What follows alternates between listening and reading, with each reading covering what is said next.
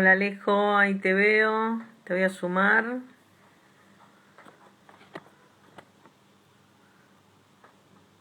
Ahí te voy a sumar. A ver, ahí estamos. Hola, ahí la veo a Mariana. Hola Mariana, besito grande. ¿Cómo estás, Alejo? Bien, bien. Buenas tardes, buenas tardes. Ahí se va sumando más gente. Espero que estés bien. ¿Viniste del Acá campo? abajo. Sí, sí, sí, es la primera vez que uso Instagram Sí. también. Es todo mucha información. Todo nuevo para vos. Ahí está Valeria. Besito, Valeria. Bueno, Alejo, vamos a empezar, si querés, por presentarte. Vos sos egresado de nuestra facultad, sos licenciado en Economía y Administración, ¿no es cierto? Esa es la carrera que hiciste. Ujú. Y bueno, después te dedicás un poco a la producción agroecológica. ¿Por qué no contás un poquito cómo es eso? Yo dejo la carrera con la posibilidad, en los últimos años, de poder, con la posibilidad de agarrar turismo rural como materia optativa y ahí diversifico un poco el contenido que venía viendo, entonces me dediqué más hacia el área más de producción y de specialties orgánicos que a la administración, a la contaduría de empresas agrarias. Vi en el turismo rural la posibilidad de desarrollar el métier de la producción de semillas, de verduras, traer semillas de afuera y adaptarlas acá a la zona de provincia de Buenos Aires. Salimos con un grupo hace 4 años cuando empezamos a hacer esto ya más fuertemente, con más horas de vuelo en el jardín. Hablamos un equipo de 3 personas, indispensable, no solamente esto es una asociación nuestra con la Pachamama cuando uno hace producción orgánica, sino también es importante trazar lazos de confianza con un equipo de trabajo, porque en definitiva no es irse a vivir solo al equipo en un medio rural. Eh, Comenzamos a hacer producción a pequeña escala de semillas, pero cuando empezamos a ver resultados y a seleccionar cuáles plantas eran las que del pool de cientos de paquetes de semilla que nos hicimos de diferentes formas, desde viajes hasta jardineros que nos pasaban de semilla de mano en mano ciertos plantines, semillas y que en cierta manera era la acreditación lo que daba confianza de que era una variedad que se adaptada y que tenía posibilidades y que en definitiva podía Estamos ser hablando, una. perdón Alejo, ¿de qué semillas? ¿De qué semillas de qué plantas? En este periodo inicial que te cuento es de adaptación y vamos viendo desde verduras de hoja hasta tomates raros, todo lo que nos íbamos cruzando eh, como para poder hacer más pivot en esta área del turismo que buscamos resaltar, que era la gastronómica, para de alguna manera reflejar los sabores del lugar y de alguna manera generar una cierta autenticidad, destacar nuestro producto turístico a partir de sabores que son genuinos y que de alguna manera son locales, directo del patio. Eh, con el pasar del tiempo nos dimos cuenta de que no todo lo que andaba dando vueltas, no todos los tomates de todos los colores se podían tener, íbamos sacando como reglas básicas, íbamos viendo con el equipo eh, que había vegetales eran más posibles de adaptar a la provincia de Buenos Aires y otros que había que estar muchísimo más atento y que por ende quizás no eran las mejores opciones para ofrecerlos para operadores turísticos que quieran arrancar, porque es muy común que estén en muchas áreas, atendiendo muchas áreas, los operadores turísticos, entonces de alguna manera eh, salimos con un grupo de 5 o 6 cultivos que son muy básicos, que siempre recomendamos. Eh, Ahora vamos a hacer hice unos apuntes con tips de reglas básicas a tener en cuenta como para iniciarnos.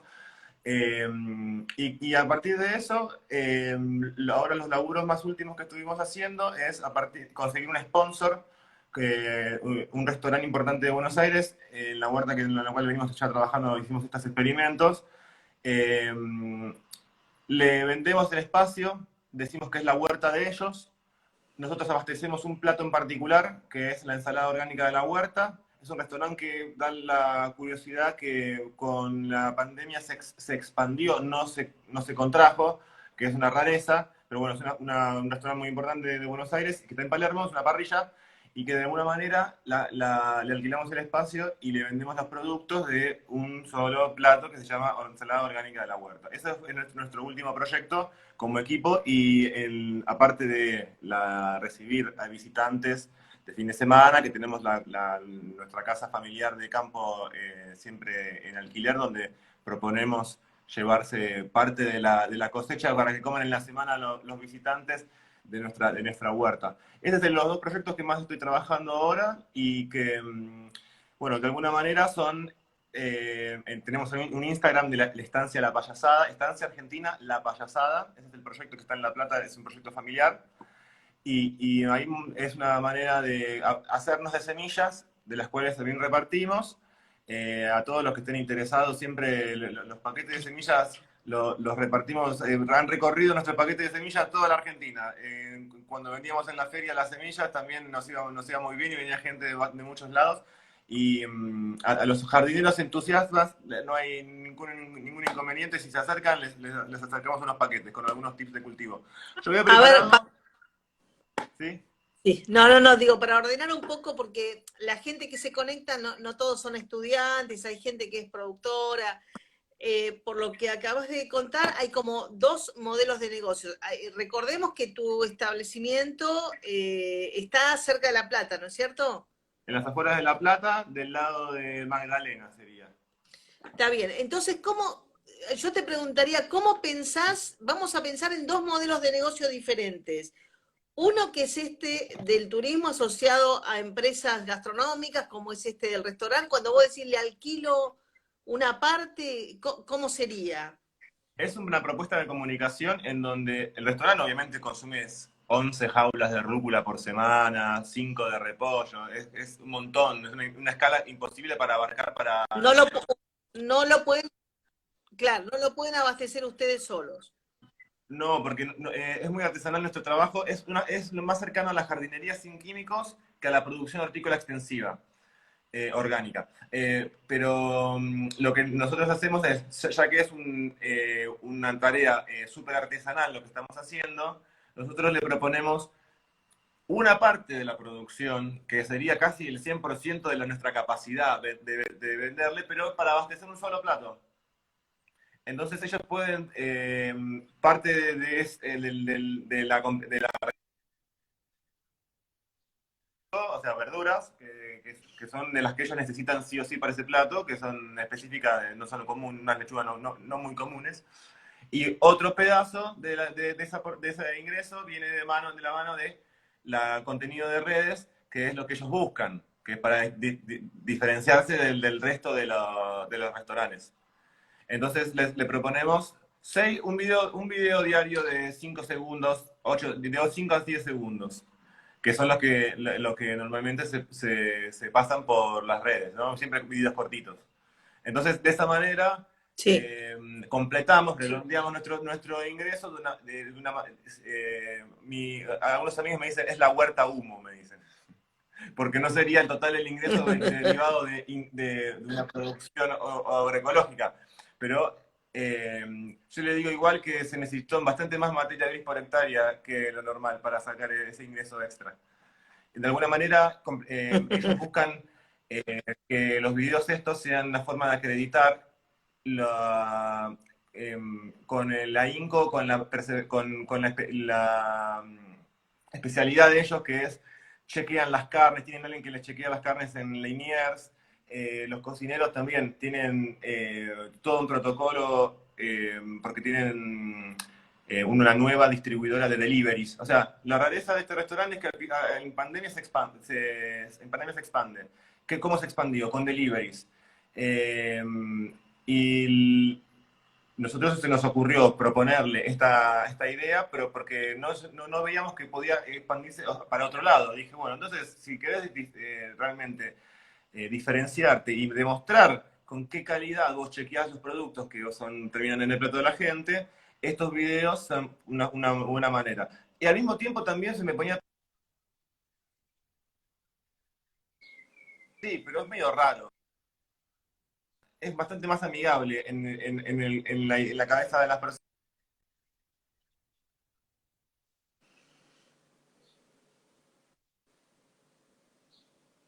Te, Para sus te perdimos un gatos, mucho poco. más. Te per- Y ahí surgió la idea.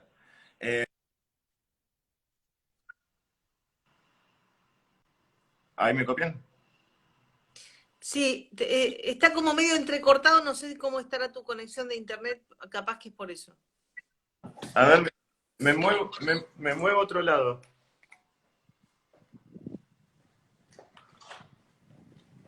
Acá estoy más cerca del modem, a ver. Ahí está, capaz que ahí va a andar mejor. Ahí está. Sí, Bien. Bueno, teníamos una serie de tips a tener en cuenta para, como reglas generales. sí, Vamos con el primero.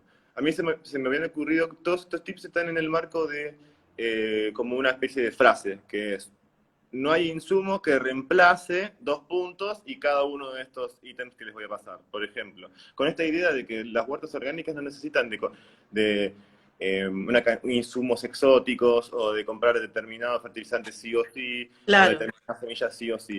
Ahora, hablamos, perdón, ¿hablamos de producción agroecológica o de producción orgánica? Pues son diferentes. La producción orgánica es simplemente aquella que viene con un sello de certificación que acredita que se siguen ciertas reglas. Sí, Normalmente es lo más útil cuando no se conoce el comprador y el vendedor, cuando los mercados son extensos, o sea, son tan lejos cada uno, y cuando no hay quizás una relación de confianza. Cuando vos estás hablando de una producción agroecológica, no está ese sello que interviene. Y lo que sí es una situación de confianza productor-consumidor en donde el productor dice yo no le tiré nada. O mejor dicho, lo único que le tiré buena onda. Vamos a hablar muy general. Vamos a hablar muy general. o sea que Alejo, me encanta ese humor que tenés. Entonces lo tuyo es agroecológico, ¿no? Porque no, Lo mío digamos, es agroecológico. Si fuera necesario, para mí, digamos, yo siempre tenía mi puesto en la feria de agronomía hasta la pandemia. Ahí teníamos una relación directa con el consumidor. El hecho también de trabajar con la facultad o por mi métier, no había ninguna barrera de comercialización que sortear, entonces no iba por esa opción de comercialización. No es que esté claro, bien o mal, lo orgánico, la certificación no es que esté bien o mal, simplemente son opciones de comercialización y no opté por esa porque también me sale caro sí, cada año la certificación, cada porcentaje de producto en el precio, un porcentaje sí. del precio del producto se va a la certificadora, etcétera, etcétera. Y Eh, además, perdón, agrego una cosa, los que te conocemos de hace mucho tiempo sabemos de tu compromiso con lo ambiental, con la preservación, con la responsabilidad, no hace falta aclarar nada. Así que, bueno, si querés vamos con los tips, que yo te interrumpí para aclarar esto. Vamos, el primer tip sería, no hay insumo que reemplace una buena ubicación de la huerta. Nosotros Ajá, tenemos que pensar que en nuestro diseño general tenemos que elegir un buen espacio. Ese espacio no se puede inundar. Tiene que tener como mínimo entre 6, 7, 8 horas de luz directa y en lo posible eh, debe ser un lugar en donde no accedan los animales, ya sea un perro, porque te pisa los plantines, si fertilizamos por ahí con algunos fertilizantes orgánicos que normalmente tienen olores raros o fuertes, de repente el perro empieza a escarbar y ahí sembramos, entonces de alguna manera me arruinó lo que sembré. Y los gatos también, porque los gatos, donde ven el suelo tasadito que acabamos de sembrar y les encanta descarbar y hacer, bueno, entonces lo mejor sería un lugar en donde nos inunde, pegue el sol y en lo posible no accedan los animales. Eh, También sucede que en lo posible tiene que ser un lugar donde podamos pasar seguido o que nos quede cómodo. Ir a chequear los plantines el domingo a las 2 de la tarde, a ver si le falta agua y queda muy lejos de la huerta, quizás no sea la mejor manera, uno se auto boicotea también, no es como tener el gimnasio lejos, uno puede llegar a faltar con mucha facilidad. Eso es uno de los tips. Recordemos también si tenemos lugares sombreados como única posibilidad, hay un grupo de plantas que les gustan un poco, o sea, que pueden sobrevivir con cierta sombra. No quiere decir que crezcan a la sombra. Las hortícolas son plantas casi todas, si bien son de orígenes diversos, de muchas partes del mundo, el grupo de plantas que más utilizamos son casi todas de pleno sol. Por ejemplo, las mostazas, los cales y las acelgas les gusta y dentro de las aromáticas, por ejemplo, la menta, pueden ser el grupo de plantas que dentro de esas horas de luz les guste un poco más la sombra, o que puedan crecer bien a la media sombra de un árbol, un frutal, etcétera, etcétera. Lo mismo sucede con la elección del compost, por ejemplo. Hay que animarse el compost es muy fácil de hacer, es la manera natural en que se hace de la tierra fértil, es una lasaña de biomasa, de materiales, de hojas, ramas, etcétera. Lasaña por las capas. Lasaña por las capas, restos de verduras, etcétera, etcétera, y que de alguna manera no tienen que ser ubicados donde se inunde. Es una fermentación aeróbica. Entonces, y ahí radica buena parte de que la gente no esté usando o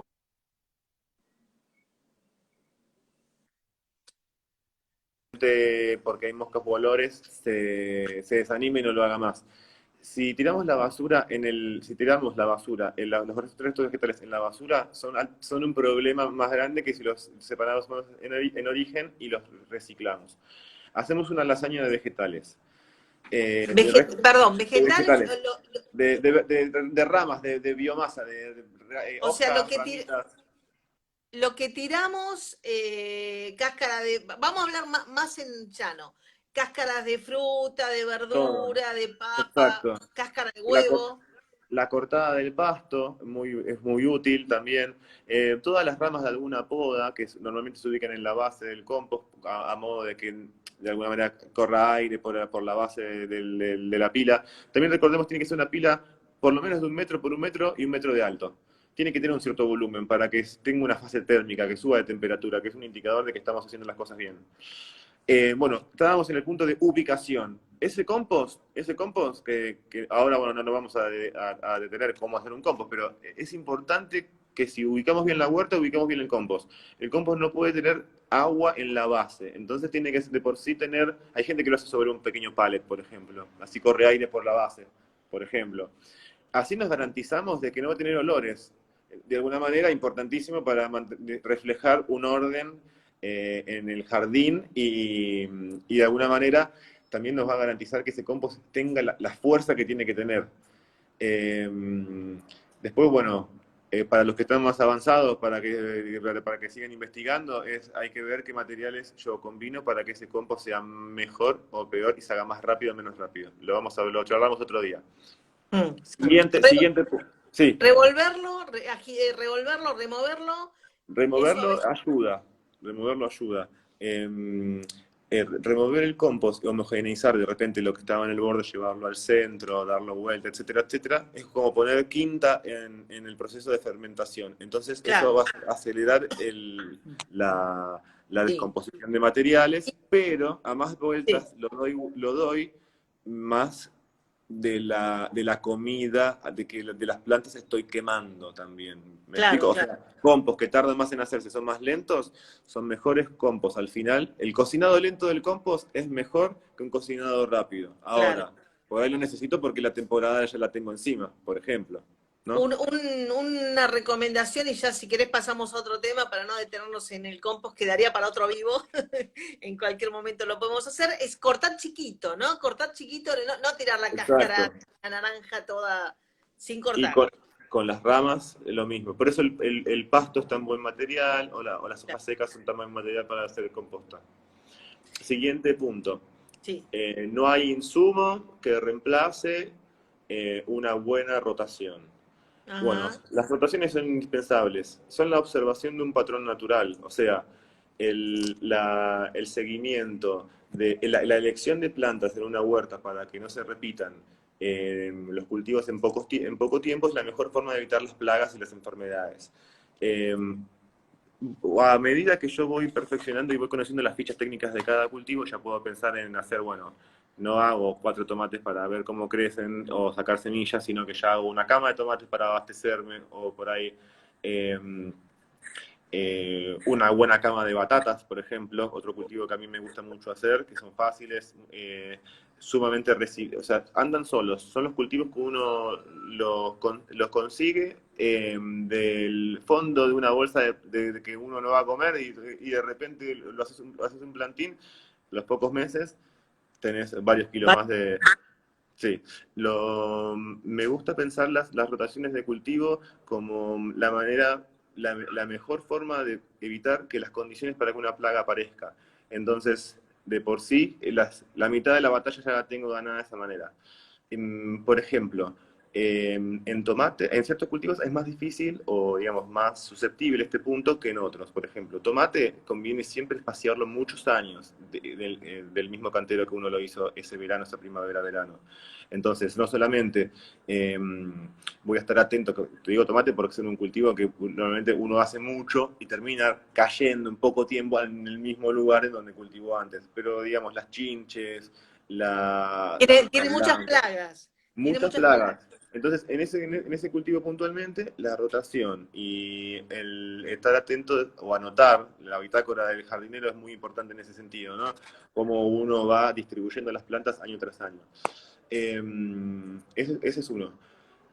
No hay insumo que reemplace una buena asociación de cultivos. Si hablamos de rotación, hablamos de asociación. Entonces, las asociaciones son fundamentales para no estar después corriendo con un producto de insecticida agroecológico y buscando que le pegara la plaga, porque en definitiva, si uno se pone a pensar, los diseños pasivos, o sea, cómo yo organizo la producción, son la mejor forma de evitar correr detrás de la plaga.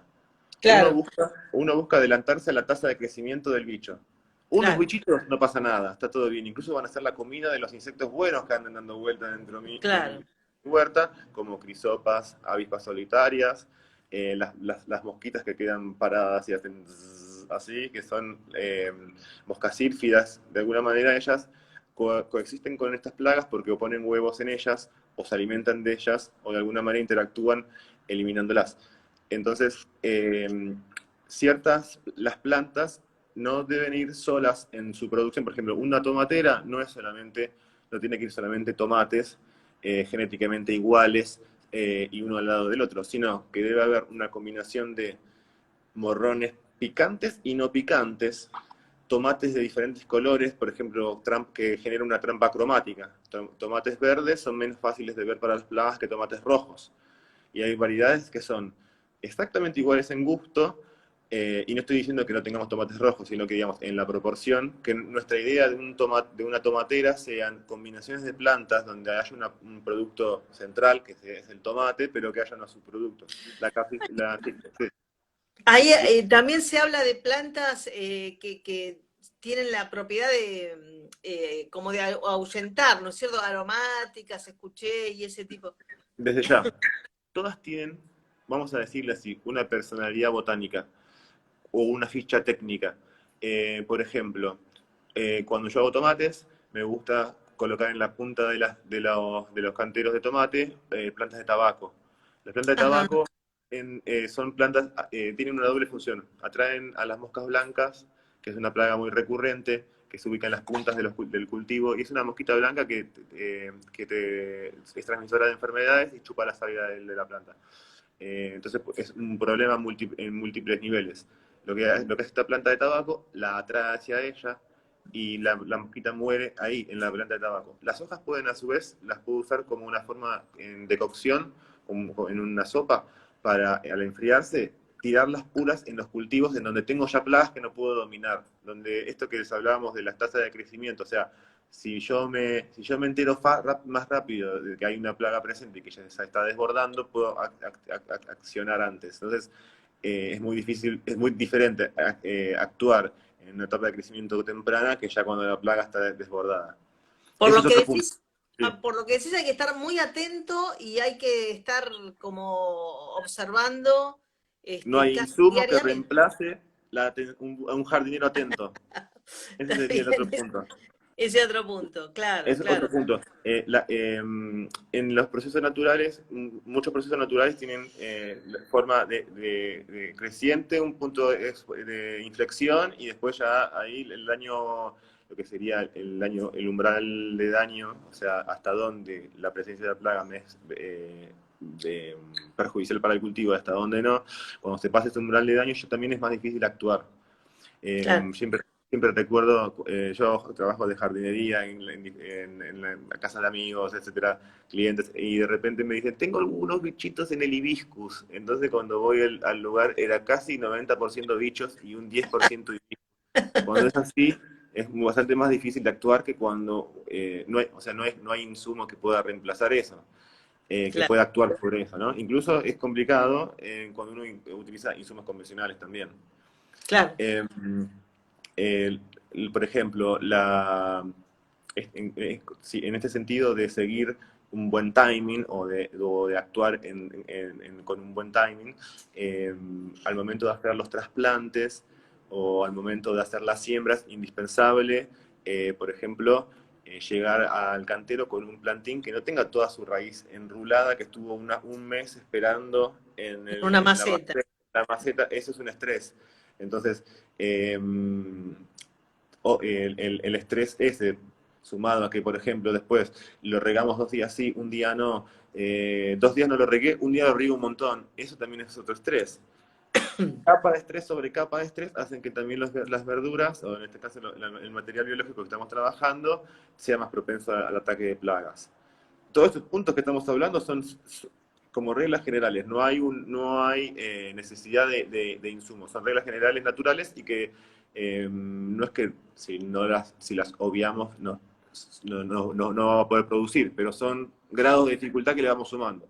El estrés de las plantas es uno, por ejemplo, pleno verano. Mis acelgas están al sol, como las ubiqué bien, tienen 6 horas de sol, como hablamos. ¿Qué pasa cuando está llegando, como les decía, ahora tengo las acelgas, está llegando diciembre, empieza a hacer cada vez más calor? Un poco una media sombra y una regada rápida en la mitad del día puede hacer que muchos de nuestros cultivos no se estresen y no se vayan en flor. Con lo cual, en el caso de las acelgas, por ejemplo, me ayuda a que el periodo de producción se alargue. Si no, se Claro, van en flor y ya está. claro. ¿No? Por ejemplo, en el caso de las acelgas son cultivos de otoño e invierno. ¿Se dan en verano? Sí, se dan en verano, pero sufren. Lo mismo en el invernadero.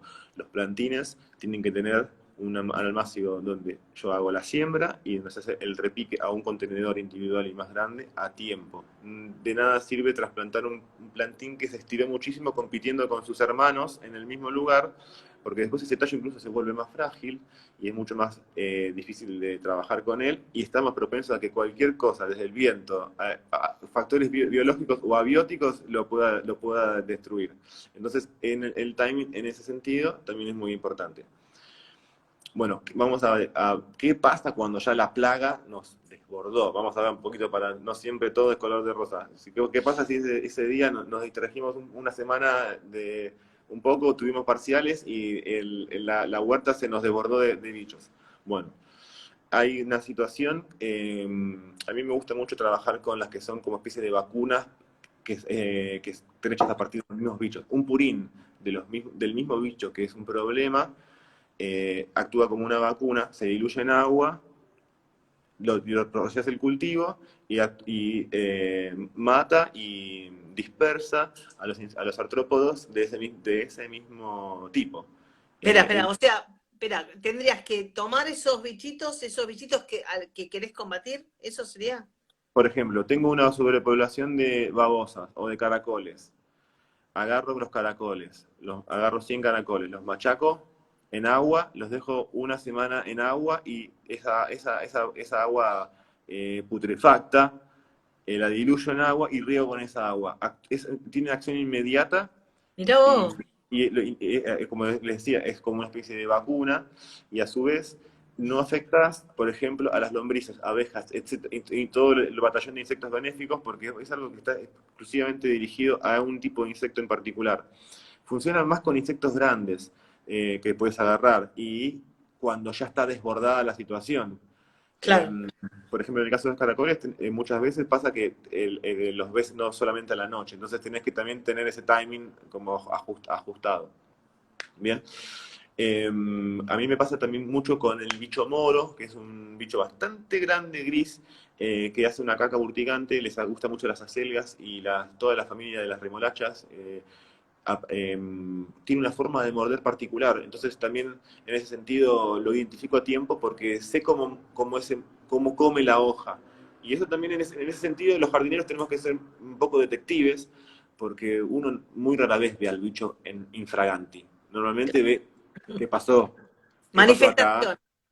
Manifestación. Sí, entonces de repente, y es diferente el ataque de una liebre que come en forma de abanico y como si fuera que ahí pasó una bordeadora, eh, como una hormiga, y son diferentes los cultivos a donde van cada una de estas plagas. Por ejemplo, hormigas, vamos a hablar del tema hormigas, que es un tema muy recurrente. Primero, es una relación de convivencia.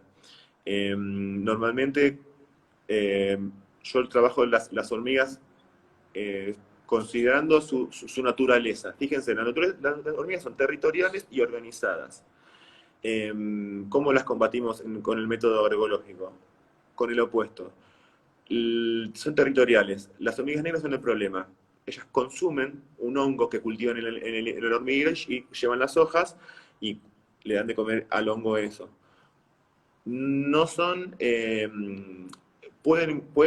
tienen ciertas plantas de la huerta que les gusta más. Por ejemplo, las borrajas, las zanahorias, las acelgas. Entonces, esos cultivos no solamente voy a estar sembrando o haciendo trasplantes para mí, sino también siempre un extra más si sé que son las que son susceptibles. Entonces ya ahí ya tengo una forma de empezar a combatirlas. Tengo unos portaceos, o sea, unos honguitos, o sea, unos plastiquitos que las hormigas pueden entrar, que tienen un palito, y normalmente se ponen venenos. Yo no pongo veneno, yo pongo arroz.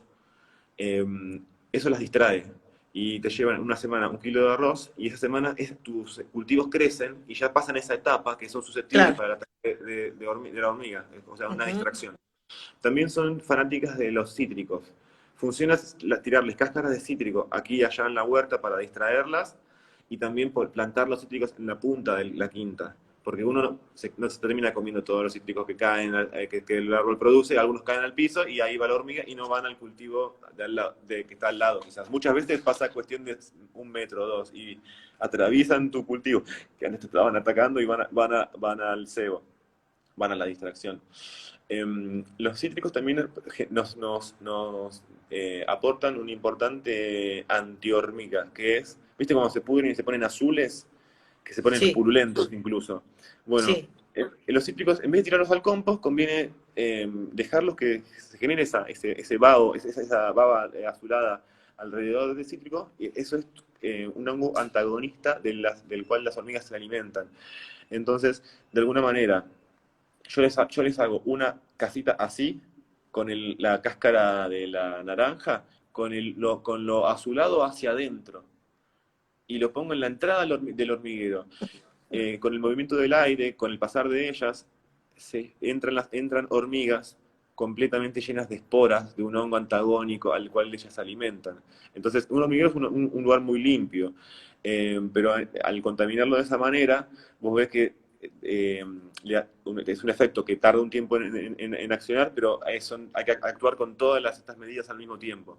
Y sobre todo con el diseño pasivo que les contaba de generar, o sea, un espacio más para que ellas se alimentan. Si vamos a negociar, digamos, hagamos un poco más de los cultivos que ellas pueden atacar más fácilmente, y el de las naranjas en las puntas. Eso funciona muy bien. Después uno puede tirarles hormigas rojas, o sea, jugar con esto de la territorialidad de las hormigas, desordenarles el hormiguero desde inundárselos, prenderle fuegos, tirarle una brasa en la entrada al hormiguero, o sea, desorganizarles y terminan por irse o mudarse. Es así. Mm. Eh, los hormigueros que tengo yo en la quinta los tengo identificados. Eh, Normalmente uso arroz y naranja y nada más. Y lo que también hago, uso la mayor parte de los cultivos míos, los divido en dos huertas. O sea, tengo como una huerta más chiquita y una huerta más grande. Es muy raro que ataquen a todos los cultivos por igual o al mismo tiempo. Entonces, dividir los huevos en canastas sería una estrategia de ese estilo. Eh, Bueno, con el tema de las hormigas rojas, es también tener identificado los hormigueros de las hormigas aliadas es importantísimo. Sacar un pedazo de ese hormiguero y tirárselo arriba del otro hormiguero cada tanto es otra de las cosas que hacemos. Y la cuarta cosa que hacemos también contra hormigas puntualmente, y es fácil, y es con naranjas también, dejar pudrir las cáscaras de naranja y vaciar el contenido de algunos días de esa pudrición en el hormiguero ayuda también. Bien, nos diste un montón de tips. Ahí Incluso con las hormigas es como donde más me llaman. sos especialista de hormigas. Bueno, y está bien, entonces hay que tener mucho cuidado en cómo vamos administrando ese equilibrio, ¿no? Entre producción y convivir con otras especies, digamos. Ya de por sí una huerta agroecológica tiene una cantidad una variedad y una diversidad de colores y sabores y de cultivos que de por sí está garantizado el éxito. Algo va a salir. Es muy Claro. diferente la situación de que si yo hago solo arvejas, por ejemplo, estuvimos en el fin de semana este que pasó en Mercedes, en una plantación de arándanos. Eran 8 hectáreas de arándanos. Claro, en el libro dicen que la hormiga no ataca las mirtáceas, eso dice el libro, pero el arándano es una mirtácea, y ahí era tanto el arándano que había que usaban un montón de insecticidas para estar combatiéndolas. Cuando vos tenés un solo cultivo, aunque sea un cultivo que no sea el que ella más le gusta, más chance tenés de que aparezca el Claro. problema. Siempre decimos que esto de la producción agroecológica y un poco más equilibrada tiene que ver con un cambio de mentalidad, ¿no? Porque eso que te resulta desagradable, que nosotros en agronomía nos dicen, no, tiene que ser toda una especie, hay que aprender a que, bueno, eso no, igual que al consumidor, ¿no? Esto, y que después quería pasar un poco a este tema, esto de ver todas las frutas o las verduras igualitas, sin picarse, brillantes, como consumidor es lo peor que podés comprar. Es una oportunidad iniciarse en el cultivo hogareño con aspiraciones a ofrecerlo como un producto turístico, como para reforzar el producto turístico, como para tomarlo con alguna envergadura. Es una oportunidad para destacarse, para acreditar que es un producto turístico diferente. Eh, Algo que estoy haciendo yo ahora con la FLIA, con la familia, cada vez que viene un visitante, en la almohada, en vez de darle un bomboncito, le damos un paquete de nuestras semillas, que son unas semillas muy valoradas en el rubro, y que son casi un regalito empresarial, porque son talladas, es un paquetito de cartón que está grabado, etcétera, etcétera. Lo volvemos parte de nuestro elemento de distinción, sin lugar a duda. Yo quería ir un poquito a esa parte, me parece que hablamos un montón de huerta y de producción agroecológica. Ahora te iba a pasar las preguntas porque hay un montón de gente que está preguntando. Antes de pasar a esas preguntas, te quería consultar sobre esta parte del negocio, que es cómo manejás la parte turística, ¿no? Que cómo está pensado eso. Em, la- l- lo que hacemos es promocionamos la casa por nuestras redes. ¿Cómo se Em, llama la casa? Estancia Argentina La Payasada. Ah, sí, la nombraste. Estancia Argentina La Payasada, bien. Eso lo podemos hacer ahora a partir de que ya tenemos mi propia casa, o sea, hicimos una casa aparte donde yo no vivo yo, mi casa, y a su vez funciona como casa de apoyo cuando si vienen más de 10 personas, que tiene un sector ahí que se puede aislar. Esto surgió a partir de que pensamos que... Ahí está. Uy, no. Podemos mantener las dos casas aisladas. Entonces la gente puede venir y mantener cierto protocolo y disfrutar de la casa, del jardín, son 100 hectáreas, es un emprendimiento ganadero. Eh, Más que nada, lo que nosotros no necesitamos que el 100% del ingreso de la estancia derive de eso, porque tenemos vacas, pero sí necesitamos eh, ver que hay otras soluciones posibles, porque no es un campo que tenga una unidad económica. 100 hectáreas parece mucho, pero en la zona, como es un No, es bajo, poco. es muy poco. Incluso el proyecto turístico viene de alguna manera, lo ponemos en la mesa porque queremos que no sea de procesos de degradación la producción ganadera como es ahora. que hay 100 vacas en un bajo que en realidad estaría preparado para 40. Entonces queremos volver esos números un poco más normales y ajustarlos a partir del ingreso de turismo. La gente viene el viernes, se va el domingo. En realidad la oferta es de sábado a domingo, pero les ofrecemos el viernes de cortesía. Si quieren venir, por ejemplo, directamente del trabajo. Se quedan esos días. No ofrecemos pileta. Muchas veces les ofrecemos interactuar con la familia, cuando estamos cosechando, o sembrando, o trasplantando, pero la mayor parte de las veces están en la suya y no vienen a hacer día familiar y no han accedido, digamos, vamos a decirlo así. Pero lo ofrecemos porque estamos todo el día ahí nosotros también. Y el proyecto empezó a funcionar a partir de que ahí también estaba yo más tiempo. Hay un encargado en el campo y todo, pero bueno, a partir de que estoy yo, puedo atender a la gente, los visitantes mucho mejor. Pero vos, esto es a partir de la pandemia, ¿no? Antes ya lo venían... Antes lo veníamos haciendo con concursos. Enseñábamos horticultura y se quedaban un día o dos. La mayor parte de las veces era el teórico el sábado en Buenos Aires y el domingo todo el día de campo. Y la gente veía una huerta modelo chiquitita para aplicar en su... O sea que era un proyecto o es educativo, digamos, también, ¿no? En sus orígenes es educativo, en sus orígenes es educativo, sí. ¿Y lo seguís haciendo eso? En los seminarios ahora hicimos la última prueba, fue por Zoom, porque también está un poco reticente a trabajar estas temáticas que son tan prácticas y, Claro. y que quizás teorizar sobre la sustentabilidad no es tan bueno como luchar o hacer algo por la sustentabilidad. ¿No? Bueno, Sí. y un poco con esa idea fue que siempre no estábamos tan con el equipo también, siempre con el equipo, estábamos tan como no lo veíamos como una posibilidad. Y siempre hacíamos los talleres presenciales, como en la facultad, que eran de 4 días, donde hablábamos de turismo rural y de permacultura. Pero que bueno, ahora el Zoom, tuvimos la primera experiencia y vino gente, asistió gente de México, mucha gente de Córdoba, Gualeguaychú, mucha gente del polo agroecológico nacional, ahora es Gualeguaychú con toda la legislación nueva que tiene sobre imposibilidad de aplicación de agroquímicos en el ejido urbano y la posibilidad ahora muy fuerte de que en ese ejido urbano, o sea, las 70.000 hectáreas que están alrededor de la ciudad, o 50.000, o sea, un pedazo grande de tierra, no solamente no se tiren agroquímicos, sino que se haga la comida agroecológica para los hospitales, para toda la gente que está mal. Lo hacen en lugar, cada vez que viene gente de Gualeguaychú, lo tenemos bien,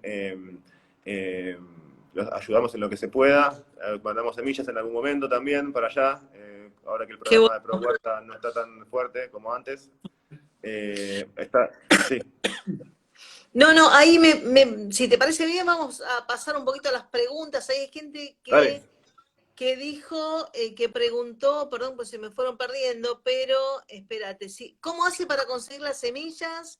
Había alguien dice, a Mariana, que es una amiga de San Pedro, dice, gracias por los tips de las hormigas, me enloquece.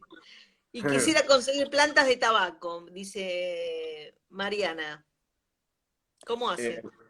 Y mira, yo ahora las puse a sembrar las mías, tengo poquitas semillas me han quedado. Le puse también, le respondí, le di un like y le dije, si conseguí semillas, me vendrían bien a mí también. Yo en su momento las conseguí de un productor que tenía muchas semillas me caen de productor a productor. Es la que más uso. Porque en definitiva he comprado por banco, he comprado en Mercado Libre, he comprado afuera y me lo han traído. Pero depende mucho del lugar donde se cultivó, porque la semilla tiene una cierta memoria genética. Entonces, si de alguna manera esa semilla fue seleccionada de una planta que se fue estresada, en esto que venimos hablando, se estresó y de alguna manera yo le saqué semillas, guarda un poco en esa memoria, ese último recuerdo del estrés, e indirectamente estamos seleccionando esa planta que se fue en flor prematura, que quizás es una acelga o una lechuga y no queremos esa función. Si es un tomate, sí, pero si es Claro. un melón, sí, pero quizás no. Entonces, ¿dónde consigo las semillas? Es un tema. Yo me las hago yo.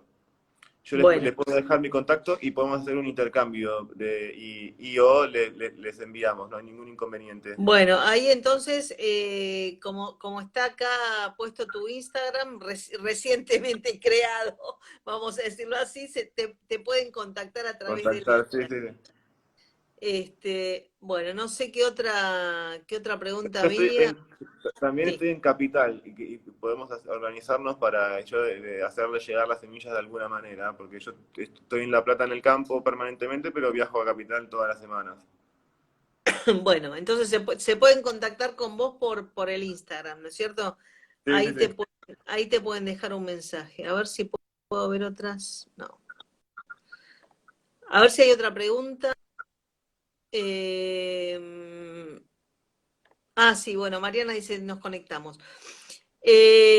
Bueno, no sé si querés agregar alguna otra cosa, siempre son tantos los temas para hablar con respecto a Mira, esto que siempre hay que quedan. animarse al tema de la huerta, hay que animarse.